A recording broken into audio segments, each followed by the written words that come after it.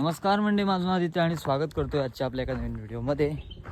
मंडळींनो, मागच्या कंटिन्युअस तुम्ही व्हिडिओ बघितले असाल शिमग्याच्या, तर तुम्हाला माहिती असेल की आमच्या इकडे शिमगोत्सव चालू आहे आणि आजचा आमचा आहे शिमग्याचा शेवटचा दिवस. मागची व्हिडिओ बघितला असाल तर त्यामध्ये मी एंडिंगला बोललो आहे की आमच्या इकडं धुलवट जी आहे ती वेगळ्या प्रकारे साजरी केली जाते.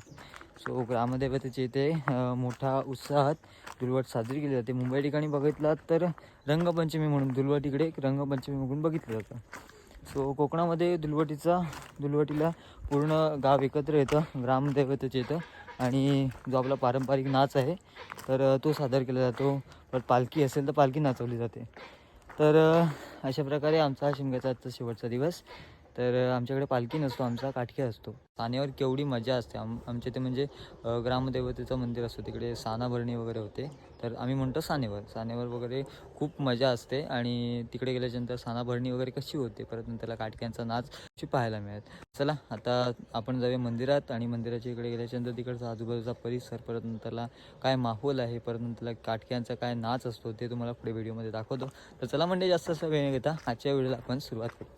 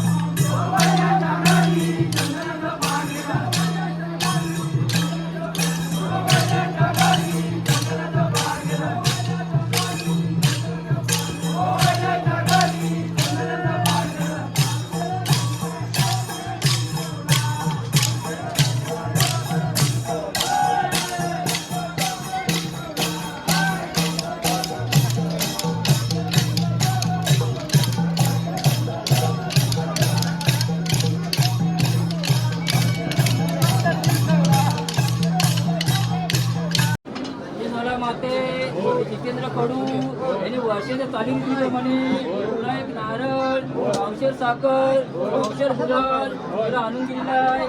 तो मान्य करून घे. जे कोणी जातील येतील त्यांच्या पाठी चालीरीतीला पैशाला 2 पैसे मिळून दे. त्यांच्या मनात काय इच्छा असतील त्या परिपूर्ण कर. असेच पास केल्यावर ते होते. पहिला आधी सानाभरणी उरकून घेतल्या, म्हणजे सानेवर रक्षेला सोडले जातात आणि पहिली खेळांची सानाभरणी केली की त्यानंतर मग सानाभरणीला सुरुवात होते.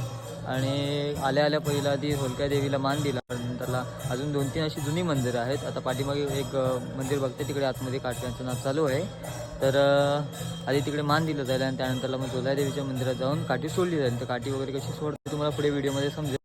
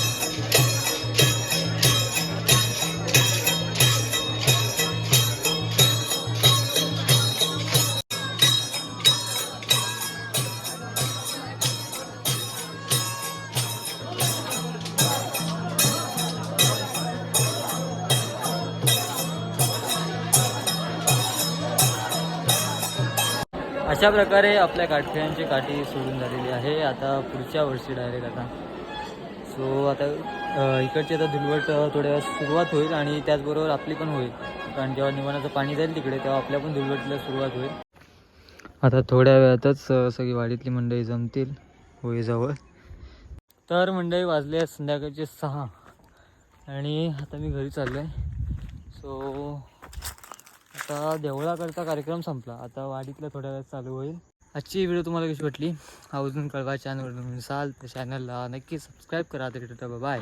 पुन्हा भेटू तरी नवीन व्हिडिओमध्ये.